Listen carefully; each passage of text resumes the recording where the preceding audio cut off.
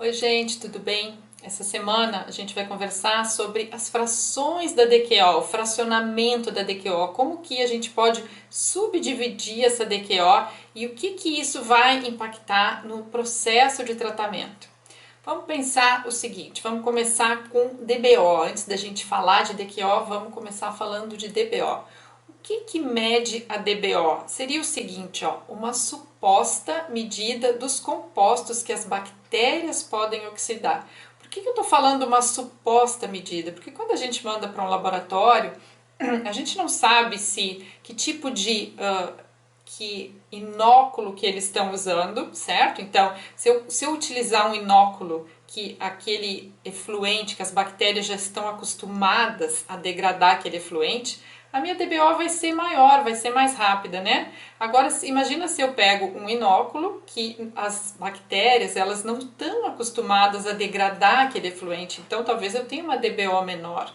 E tem, né, isso varia, existe uma padronização sim, mas esse valor da DBO, ele realmente nos dá uma suposta medida, é um valor assim que não é 100%, tanto que se a gente manda para um laboratório para outros resultados, nunca vão ser exatamente os mesmos. Tem outros que não utilizam inóculo nenhum, que só consideram, né, o que estaria presente ali no próprio efluente.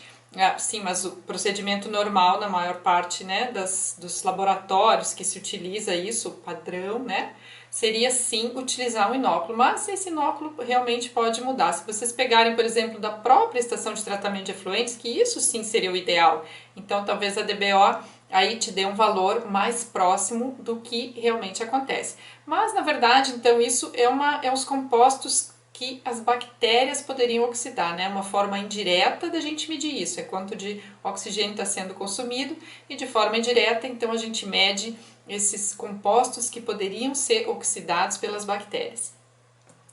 Quando a gente fala em DQO, aí já está se falando o seguinte, ó, a medida dos orgânicos que podem ser oxidados, ou seja, agora eu estou fazendo uma oxidação química, então é a medida de todos os orgânicos que podem ser oxidados. E aí já me dá um valor muito mais preciso, uma reprodutibilidade maior, ok? E eu posso utilizar a DQO para fazer balanços de massa, já a DBO já não posso. Mas a DQO sim me dá um valor bem mais preciso, eu sei que eu posso confiar mais nesses resultados de DQO. Quando se fala em material orgânico que está presente num efluente, vamos pensar esgoto sanitário, ok? Eu vou ter uma fração que é biodegradável, eu vou ter uma fração que não é biodegradável e eu também vou ter uma biomassa ativa, certo? Então, o meu material orgânico vai fazer parte de, né, vai estar distribuído nisso daí. Talvez eu não tenha biomassa ativa nenhuma, se for efluente sanitário, sim, eu vou ter, mas então eu vou dividir entre biodegradável e não biodegradável. Dentro desses biodegradáveis, o que eu ainda tenho uma outra subdivisão, o que seria rapidamente degradável e o que seria lentamente degradável, ok? O que é, vamos olhar cada um desses. Então, se a gente pensar, né, em DQO, uma DQO rapidamente biodegradável ou rapidamente degradável, ela vai ser armazenada rapidamente na célula e consumida rapidamente. Que compostos são esses? Então, como eu estou botando aqui para vocês, ó, são ácidos graxos voláteis, são álcoois, são aminoácidos, são moléculas simples, ok? Moléculas pequenas, açúcares simples. Então, isso seria uma DQO rapidamente biodegradável. Vamos pensar, né? O melhor que se pode pensar são os ácidos graxos voláteis. Esse, então, são esta DQO rapidamente degradável. Se a gente pensar no esgoto sanitário bruto, essa DQO rapidamente degradável, ela varia de 8 a 25% da nossa DQO, da DQO total, ok?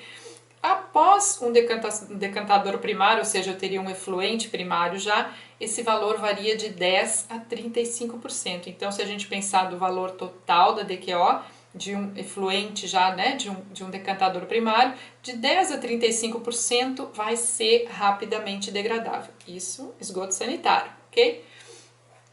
E uma DQO lentamente degradável? Bom, aí já está se falando em moléculas maiores, ok? Que vai requerer uma hidrólise para ser quebradas. As bactérias não conseguem consumir prontamente que nem os outros, então requer uma etapa de hidrólise nesse caso. E aí está se falando o quê? Ó, proteínas e carboidratos complexos. Isto seria lentamente degradável. que mais que se tem? E a parte não degradável, aquela DQO que é não biodegradável. Se a gente pegar o esgoto sanitário bruto, esse valor vai variar de 15% a 25%, não é degradável, ok? E após o decantador primário, então eu tenho lá ó, de 5% a 20%. Isso é aquela DQO que sai lá no efluente final, né? Sempre, a gente nunca sai com DQO zero. Com DBO sim a gente pode sair com DBO zero.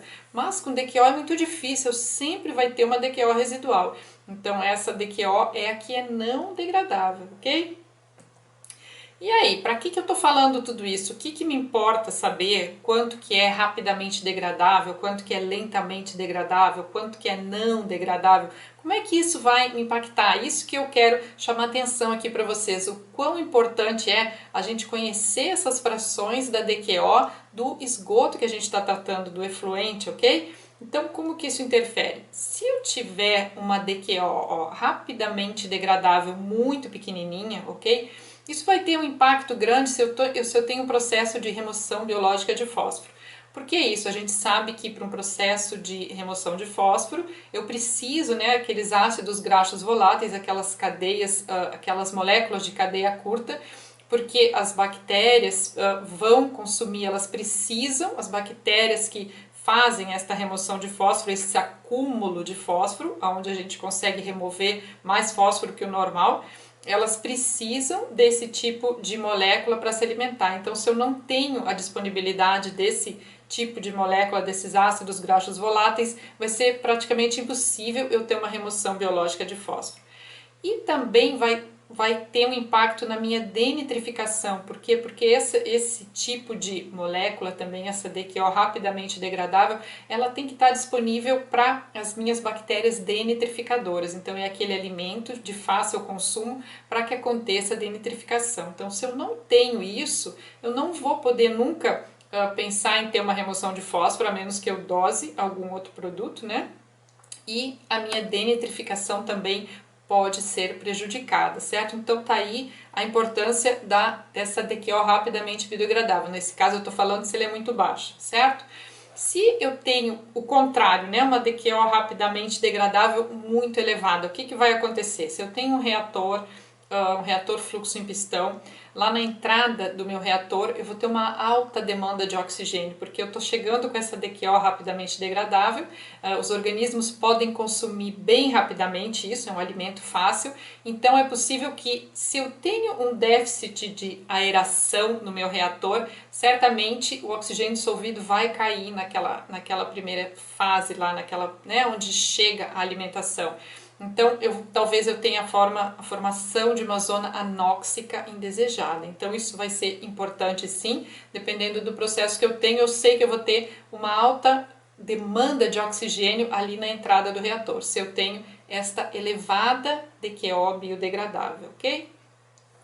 E agora, se a minha DQO lentamente degradável é muito alta, o que acontece? Eu vou precisar muito mais tempo para degradar, certo? Então eu vou precisar um tempo de residência maior, um tempo de tratamento vai ser maior. Então isso que acontece, por exemplo, se eu tenho essa DQO lentamente degradável, daqui a pouco eu vou sair lá no efluente final com por exemplo, 200 miligramas de DQO, se eu aumentar o tempo de residência, o tempo de tratamento, talvez eu saia com uma DQO de 20, de 30. Então, aí está a interferência, né, desta DQO lentamente degradável.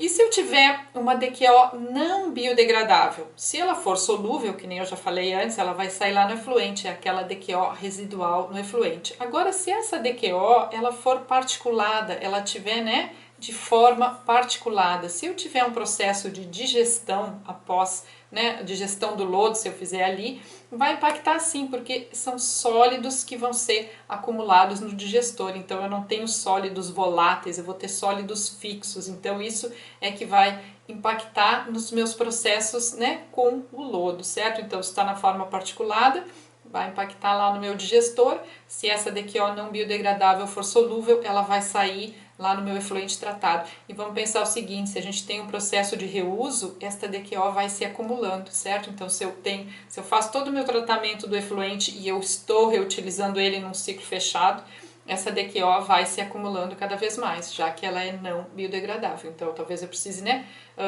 pensar em algum outro processo de tratamento. Então aqui é a importância que eu queria dar para vocês nesse fracionamento da DQO, da gente conhecer isso. Então talvez se o processo que vocês estão trabalhando não funciona direito, seja com remoção de fósforo ou de nitrogênio, né, para denitrificação, ou algum problema de aeração, então daqui a pouco sim vale a pena fazer, analisar, né, essa DQO, esse fracionamento da DQO, do que é rapidamente degradável, lentamente, e o que é não biodegradável, tem como fazer isso sim.